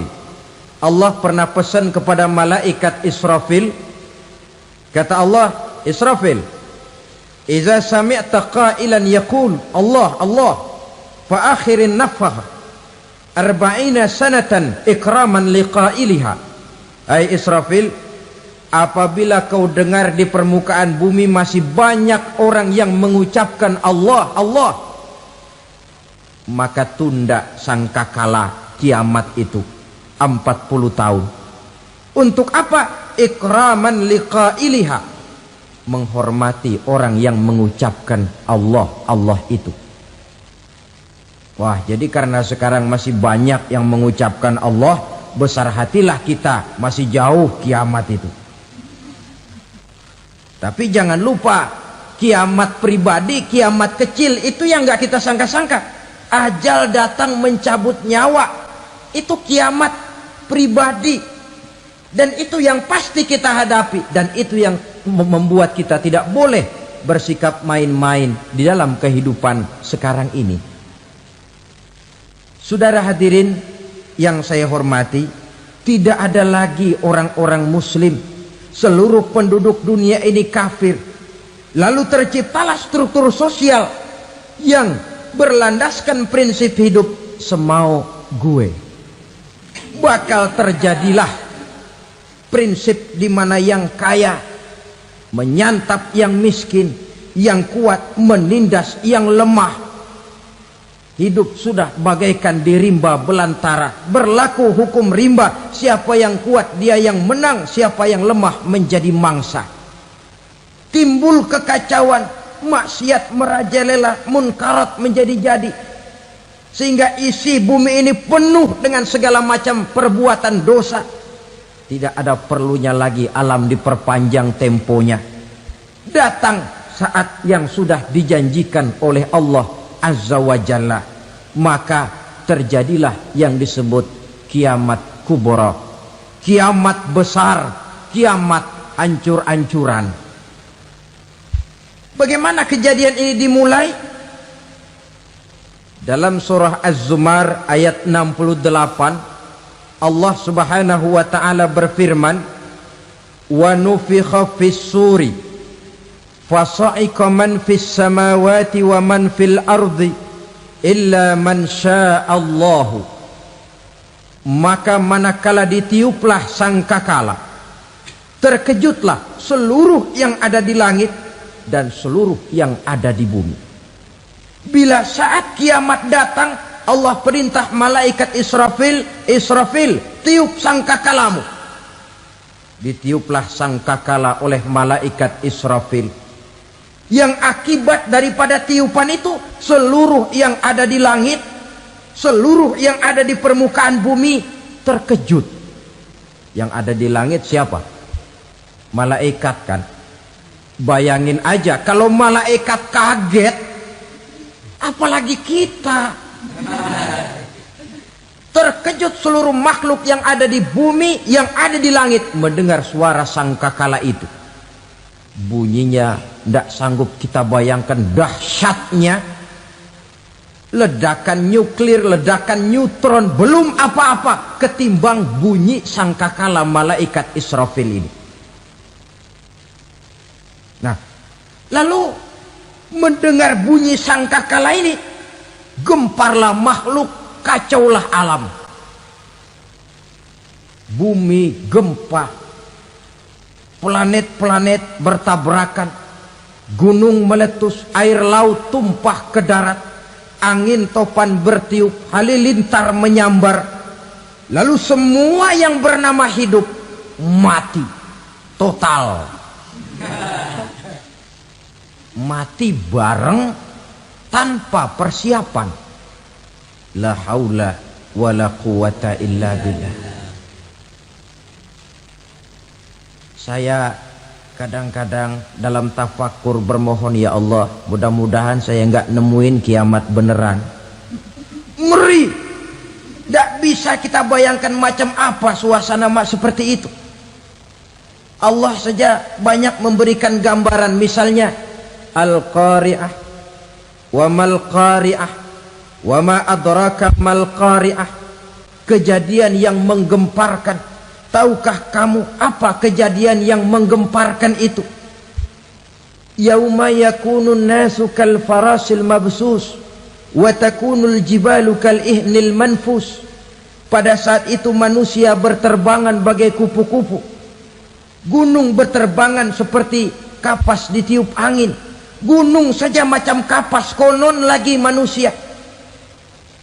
Kematian total, mulai semut sampai gajah mati, jin mati, iblis mati, malaikat mati. Oh, malaikat saja mati. Saudara hadirin yang saya hormati, kematian total yang tanpa persiapan. Orang bilang, Pak, kalau mati bareng begitu yang repot malaikat maut dong ya. Cabut sana, cabut sini. Itu kalau menurut logika kita, mestinya begitu menurut logika. Tapi logika juga yang nggak perlu serepot itu. Sebab untuk mematikan listrik di wilayah DKI, di wilayah Jakarta, nggak perlu tiap rumah didatengin matiin, ya lama. Cukup dari kantor pusatnya saja PLN tekan satu tombol, gelaplah seluruh Jakarta. Saudara hadirin yang saya hormati, kematian total. Lalu setelah kematian total, planet-planet juga mati, dalam arti tidak bergerak dan beredar. Angin mati, dalam arti tidak bertiup. Air mati, dalam arti tidak ada riak gelombang. Pokoknya semua mati. Kullu nafsin za'iqatul maut, semua yang bernafas mati. Dalam ayat lain, kullu man 'alaiha fan, semua yang ada di permukaan bumi fana. Yang kekal cuma Allah Subhanahu wa ta'ala. Yang paling belakang mati malaikat maut dan malaikat Israfil. Tapi mati juga sesuai dengan janji Allah. 40 lamanya. Tidak dijelaskan oleh Abi Hurairah 40 jam, apa 40 hari, apa 40 tahun. Hadis-hadis cuma menyebutkan 40 saja. Sunyi alam, yang tinggal cuma Allah saja lagi. Ketika itu Allah berseru-seru, katanya, limanil mulkul yauma, siapa para penguasa hari ini? Mana itu raja-raja dan penguasa yang dulu mengaku jadi Tuhan? Fir'aun, mana Fir'aun sekarang? Yang dulu jadi raja, merasa berhasil, sombong, lalu tidak mau turun-turun dari kekuasaannya, sampai kepada puncak kekurang ajarannya mengangkat diri jadi Tuhan. Mana itu Fir'aun? Namrus, mana sekarang Namrus? La ilaha illa ana, ternyata tidak ada Tuhan lain selain daripada aku, kata Allah. Proses kemudian, saudara-saudara, turunlah hujan dari langit. 40 lamanya hujan itu. Tidak jelas juga 40 jam apa 40 hari. Setelah air turun membasahi, datanglah tiupan sangkakala yang kedua. Semua yang bernama mati bangkit dari kuburnya masing-masing. Ini yang disebut Yaumul Ba'thi, hari kebangkitan. Allahu Akbar. Pada saat kita bangkit dari kubur kita masing-masing, kumpul di padang mahsyar namanya. Bayangin aja, saya sendiri nggak sanggup bayangin. Manusia sejak zaman Adam sampai zaman kiamat kumpul bareng di tempat sama. Berapa banyaknya itu?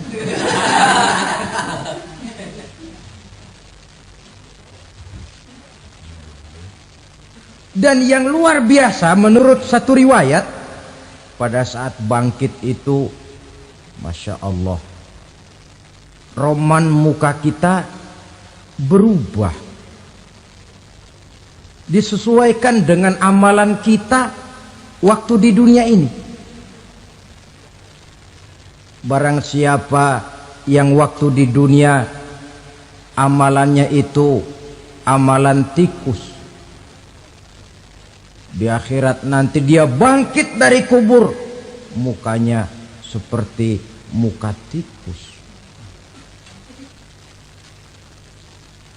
Gagah betul badannya, tapi mukanya seperti tikus. Kenapa? Amalannya waktu di dunia seperti amalan tikus. Apa amalan tikus itu? Suka ngegeragoti barang yang sudah disimpan rapi-rapi. Orang sudah simpan uang rapi-rapi, simpan perhiasan rapi-rapi, digeragoti oleh tikus.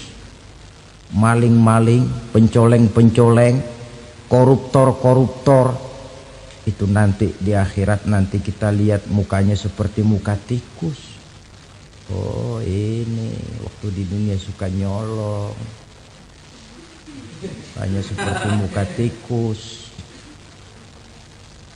Barang siapa yang waktu di dunia ini amalannya itu amalan macan, dia akan bangkit nanti mukanya seperti muka macan. Apa amalan macan?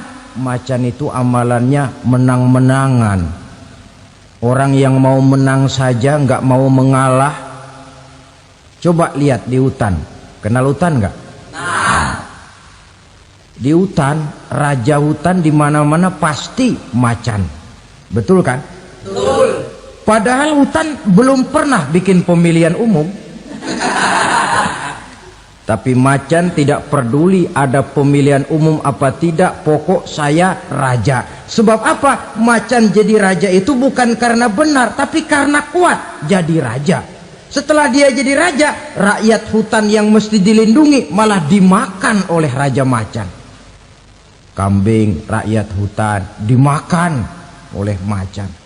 Ayam rakyat hutan dimakan oleh macan. Itu nanti kita lihat di akhirat itu mukanya seperti muka macan, gagah betul. Lalu barang siapa yang di dunia ini amalannya itu seperti amalan anjing, nanti dia punya muka seperti muka anjing. Apa amalan anjing? Pertama, anjing itu kalau disuruh jaga rumah, dia tidak bisa membedakan mana maling, mana tamu. Biar yang datang maling, kalau bawa tulang, anjing kalem. Yang kedua, anjing itu akan setia kepada siapa saja yang memberinya roti. Siapa yang memberinya roti, itulah majikannya. Apa kata majikannya, pasti dia laksanakan. Soal benar atau salah dia tidak peduli. Setelah anjing dapat roti, dia tidak punya pilihan lain kecuali bilang, abdi mah kumaha juragan wae ayeuna mah.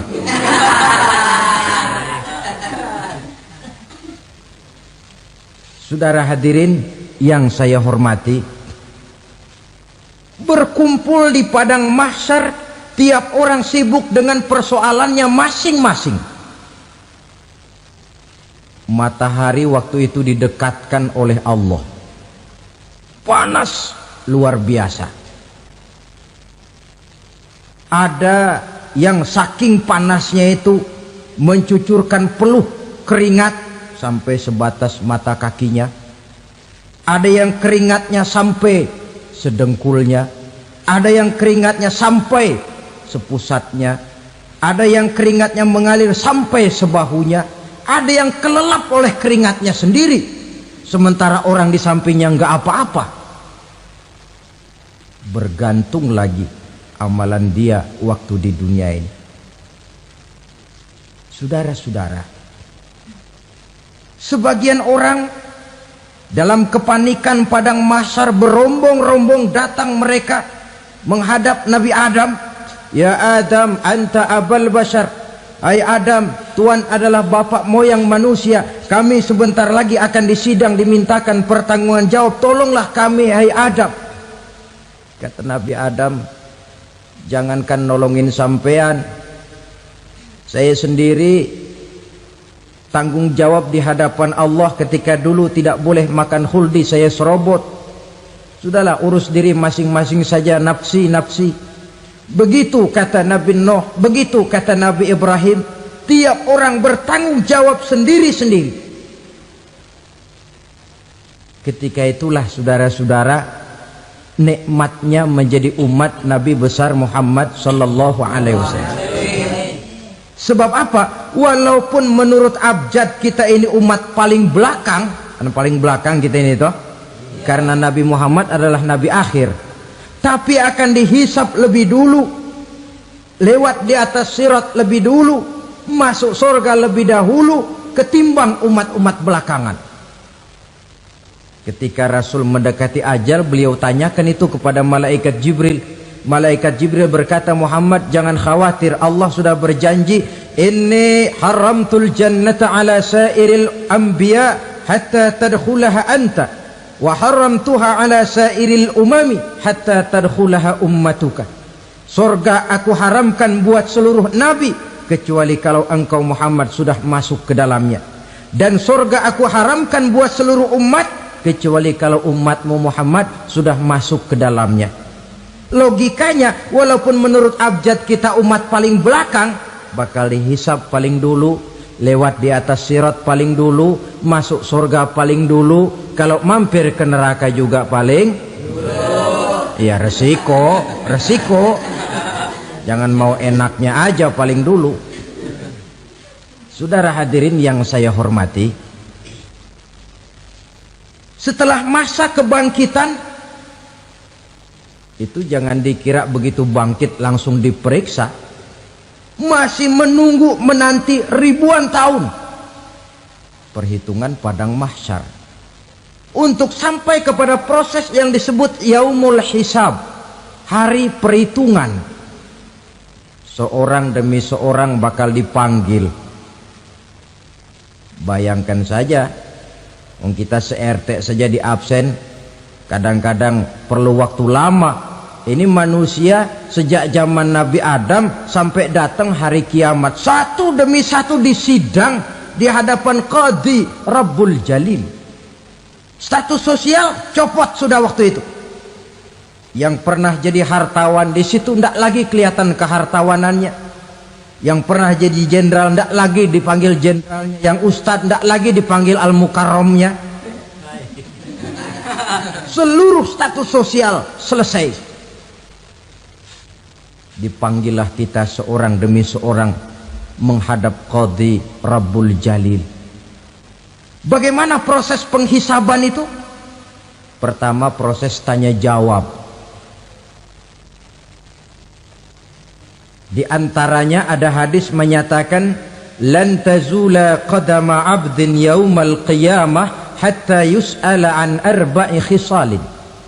Besok di hari kiamat tidak akan bergeser telapak kaki seorang hamba sampai dia ditanya lebih dulu tentang 4 persoalan. Tentang ilmunya, kemana ilmu itu diamalkan. Tentang umurnya, di mana umur itu dihabiskan.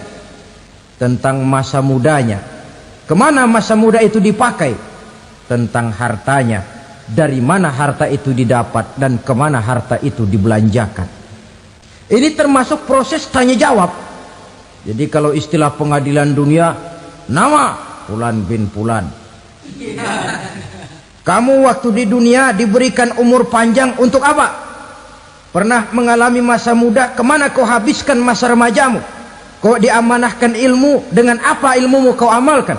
Kau diberikan harta, dari mana harta kau dapat, kemana kau belanjakan? Tak seorang pun yang bisa mungkir. Sebab apa? Dikala itu yang menjadi saksi bukan orang. Yang menjadi saksi adalah seluruh anggota badan kita. Tangan bicara, kaki jadi saksi terhadap seluruh amalan yang pernah kita kerjakan pada saat kehidupan di alam dunia ini. Selesai proses tanya jawab, lalu diperlihatkan buku catatan kita waktu hidup di dunia ini. Jangan lupa Allah itu menyiapkan 2 superkomputer kepada kita. Sebelah ditempelin sebelah kanan, yang sebelah tempelin di sebelah kiri. Komputer itu namanya Raqib dan Atid. 2 malaikat yang apabila baik kita lakukan, refleks saja akan menulis kebajikan kita. Jahat kita kerjakan akan tertulis. Catatan itu nanti diperlihatkan kepada kita. Waduh, alangkah malunya pada saat diperlihatkan catatan kita, buku rapot kita merah melulu. Barangkali diperiksa sambil diomelin, brengsek lo. Buku merah melulu begini bagaimana waktu hidup di dunia? Tidak cukup diperlihatkan buku catatan kehidupan, rekaman kehidupan. Rekaman kehidupan kita secara utuh sejak terlahir sampai ajal datang merenggut nyawa. Barangkali mirip dengan video sekarang ini, di mana terekam dengan baik seluruh kegiatan kita sejak yang sekecil-kecilnya sampai kepada yang sebesar-besarnya. Untuk kemudian kita pun menerima balasan. In khairan fa khairun wa in syarran fa syarrun. Kalau baik ya baik balasannya, kalau jahat ya jahat juga balasannya. Catatan-catatan kita diberikan. Kalau banyak kebajikannya diberikan di tangan kanan dengan cara yang halus. Kalau banyak kejahatannya diberikan dari sebelah kiri atau dilempar dari belakang. Itulah sebabnya sejak di dunia ini kita sudah mohon kepada Allah. Ketika berwudu membasuh tangan kanan, apa kita bilang? Allahumma a'tini kitabi biyamini wa hasibni hisaban yasira. Ya Allah, berikan saya kitab di tangan kanan, dan kalau saya memang perlu dihisap, hisaplah saya yang seringan-ringannya. Tangan kiri berlindung kita kepada Allah, jangan sampai diberikan kitab di tangan kiri atau dari arah sebelah belakang. Wa a'udzubika an tu'tiya kitabi bishimali aw min wara'i zuhri, dari arah sebelah belakang. Na'udzubillah min dzalik. Setelah selesai lewat proses penghisaban, lewat mizan, timbangan, maka yang sudah selesai dihisab itu bergeraklah menuju sirat, jembatan yang terbentang menuju surga melalui neraka. Saudara-saudara, panjangnya perjalanan sirat itu memakan waktu ratusan tahun. Tetapi orang yang lewat di atas sirat pun macam-macam, bergantung amalannya ketika di dunia ini. Ada yang lewat di atas sirat itu kal barkil khatib, seperti kilat yang menyambar, lep, sudah sampai dia di surga. Cepat bukan main. Ada yang lewat di atas sirat itu seperti orang lari-lari. Ada yang lewat di atas sirat itu seperti orang jalan biasa. Ada yang sambil merangkak, ada yang sambil ngesor, ada yang sambil gelayutan, ada yang selamat sampai ke ujung ke surga, ada yang tergelincir jatuh masuk ke dalam neraka, bergantung amalannya dalam kehidupan di dunia sekarang ini. Tiap kita akan melewati yang namanya sirat ini. Saudara-saudara kaum muslimin yang saya hormati, dengan demikian mereka yang selamat melalui sirat sampai ke terminal akhir surga, mereka yang ketika dihisab ternyata banyak kejahatannya daripada kebaikannya, mereka singgah di dalam neraka. Nah, adapun orang-orang yang beriman menurut ayat Quran dan hadis Nabi itu nanti ada bermacam-macam. Ada orang beriman itu yang dimasukkan surga. Ada orang beriman itu yang dimasukkan ke dalam surga. Ada orang beriman itu yang disebut penduduk surga. Kenapa lain-lain, Pak? Karena waktu di dunia amalannya juga lain-lain. Ada orang beriman yang masuk surga. Ini paling murah tiketnya.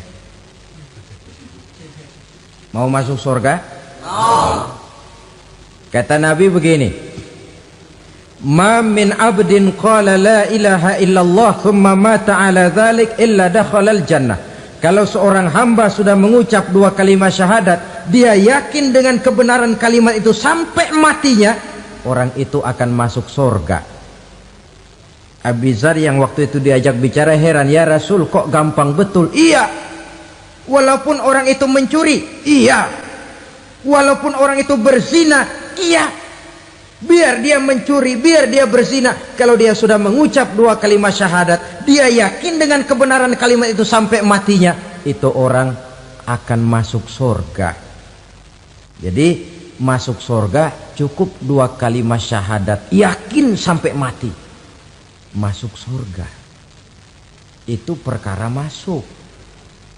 Tapi kalau pertanyaannya diterusin, masuknya kapan, Pak? Nah, ini lain lagi urusannya.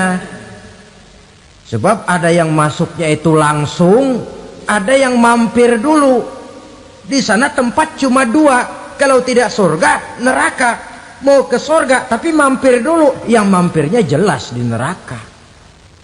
Kenapa? Dalam hadis qudsi ada riwayat, nanti itu di akhirat, setelah Allah selesai mengatur penduduk surga masuk surga, yang neraka masuk neraka, Allah berkata kepada malaikat Malik, malaikat Malik, labaik ya Allah, itu bajingan-bajingan tengik, manusia-manusia durjana yang waktu di dunia tidak mau sujud, jauh dari ulama, gemar melakukan yang munkarat dan maksiat, hidup di tengah masyarakat selalu jadi bibit keonaran, kufur, sudah masuk neraka semua.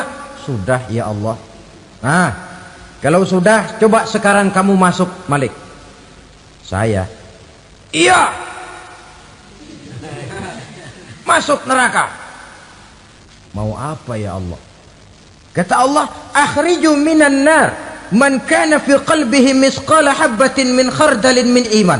Kau masuk neraka, cari di dalam neraka orang-orang yang ada imannya walaupun kecil sebesar biji zarah, angkat mereka keluar. Masuk malaikat Malik ke neraka, cari orang yang ada imannya, korek-korek. Ya repot, udah pada gosong. Yang ada imannya diangkat ke atas, yang ada imannya diangkat ke atas, lalu dimandikan di Nahrul Hayat, namanya sungai kehidupan di akhirat nanti. Cakep lagi rupanya, bersih lagi wajahnya, apel di hadapan Allah. Kata Allah, bagaimana mas? Kapok nggak sampean? Kapok ya Allah. Nah, kalau kapok, idhab fadkhulil jannah, pergi masuk surga sana. Berangkat mereka ke surga, ketemu sama teman-temannya yang udah sampai lebih dulu, yang nggak pakai mampir lagi. Terjadi dialog. Kata teman-temannya yang udah pada nyampe duluan, mas, Iya. Emang baru sampai? Saya baru sampai. Memang mampir di mana dulu, Mas? Kita sudah lama sampai di surga. Saudara buka surah Al-Muddatsir ayat 34-35. Ma salakakum fis saqar? Kenapa kamu mampir di neraka Saqar? Qalu lam nakum minal musallin. Mereka menjawab, kami mampir di neraka Saqar, Mas, gara-gara dulunya kami waktu di dunia tidak pernah sholat. Tidak pernah sholat? Tidak pernah. Kan rumahnya dekat masjid. Cuma dekat doang, Mas. Sholat mah enggak saya.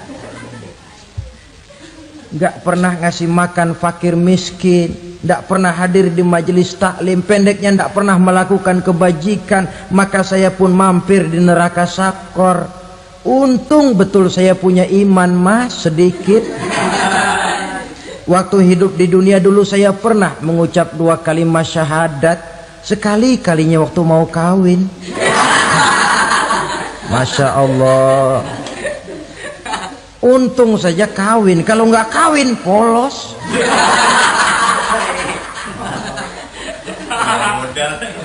Itu juga pengulu sudah setengah mati ngajarin. Asyhadu alla, asyaduaan, asyaduaan.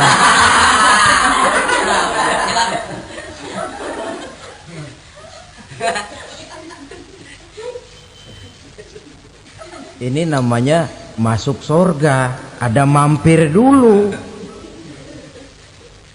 Ada pula orang mukmin itu yang dimasukkan surga. Namanya dimasukkan kan terima beres. Saya masuk ke rumah, jalan sendiri, cari tempat sendiri. Saya dimasukkan ke dalam rumah, terima beres, pokok ada di dalam, itu dimasukkan namanya. Nggak pakai mampir. Tapi tentu tiketnya lebih mahal ketimbang yang pertama tadi. Apa kata Allah?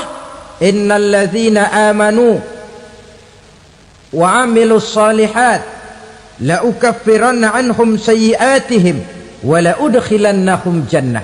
Sesungguhnya orang-orang yang beriman kemudian beramal soleh, kami hapuskan segala dosa dan kesalahannya, kami masukkan mereka ke dalam surga.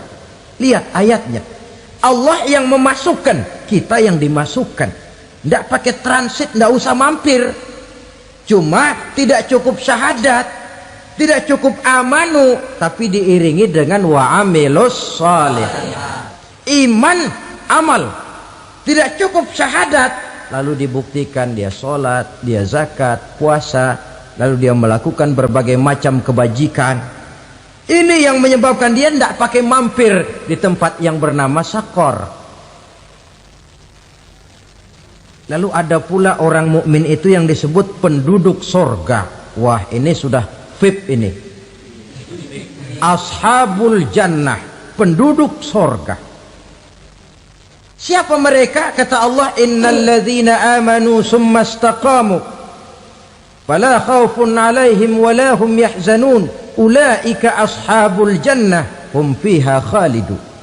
Sesungguhnya orang-orang yang beriman lalu istiqamah, tetap dalam melaksanakan perintah Allah, tidak goyah, tidak labil tapi stabil, istiqamah, mereka tidak takut dan tidak bersedih hati. Merekalah penduduk surga. Iman, istiqamah. Tidak punya duit, sembayang. Banyak duit, sembayang. Miskin, sembayang. Kaya, tetap sembahyang. Istiqomah. Kadang orang kalau susah rajin ke masjid, banyak duitnya ngelihat masjid melengos. Waktu miskin hamba Allah, setelah kaya jadi hamba harta. Bergeser, tidak ada nilai istiqomahnya. Saudara-saudara, dengan begitu penduduk neraka itu dua. Ada penduduk permanen, ada penduduk yang semi permanen. Yang semi permanen orang-orang beriman yang mempunyai dosa besar. Mereka masuk ke neraka untuk menerima azab sesuai dengan dosanya. Bila selesai masa azab itu, mereka akan diangkat untuk ditempatkan kembali ke dalam surganya Allah Subhanahu wa ta'ala. Nah, dikala itulah saudara-saudara, ada yang disebut syafaat dari Rasulullah sallallahu alaihi wasallam. Tapi tentu jangan lupa syafaat ini ibarat kain menambal dia. Kita punya kain bolong-bolong sedikit, syafaat yang menambal. Salat kita ada kurang dikit, sedekah kita ada campur riak dikit, amalan kita ada tidak karena Allah dikit, kita berharap syafaat. Jadi biarlah kain masih bolong-bolong, yang penting punya kain. Tapi kalau kainnya tidak ada, yang ditambal apanya? Salat tidak, puasa tidak, zakat tidak, berharap syafaat saja. Ya, terlalu berlebihan itu. Saudara hadirin yang saya hormati, apabila selesai proses penghisaban, proses penghitungan, maka dikala itulah manusia terbagi dalam dua kelompok besar. Fariqun fil jannah wa fariqun fis sa'ir. Sekelompok orang-orang beruntung yang masuk ke dalam surga, dan sekelompok lagi masuk ke dalam neraka. Akan memakan waktu untuk menceritakan sifat surga dan neraka, tapi insya Allah pada kesempatan pertemuan lain saya sampaikan. Namun sebagai gambaran umum cukuplah saya sampaikan sebuah hadis qudsi. Allah jelaskan, a'dadtu li'ibadiyas salihin ma la aynun ra'at wa la uzunun sami'at wa la khatara fi qalbil bashar. Aku sediakan buat hamba-hambaku yang soleh, yang tidak pernah terlihat oleh mata, tidak pernah terdengar oleh telinga, dan belum pernah terdetik dalam hati manusia. Jadi kenikmatan surga belum pernah dilihat mata, belum pernah didengar telinga, belum pernah terdetik dalam hati. Pedihnya azab neraka belum pernah terlihat mata, belum pernah terdengar telinga, belum pernah terdetik dalam hati. Saudara hadirin yang saya hormati, oleh karena itu sebagai uraian akhir daripada kiamat ini, marilah sama-sama kita memanfaatkan hidup dengan sebaik-baiknya, supaya jangan timbul penyesalan di hari kemudian nanti. Mudah-mudahan kita seluruhnya diselamatkan Allah dari azab neraka dan mendapat surga dan ridhonya. Sekian dan demikianlah pertemuan kita kali ini. Terima kasih banyak atas segala perhatian. Mohon maaf atas segala kekurangan. Usikum wa nafsi bitaqwallah. Wassalamualaikum warahmatullahi wabarakatuh. Waalaikumsalam warahmatullahi wabarakatuh.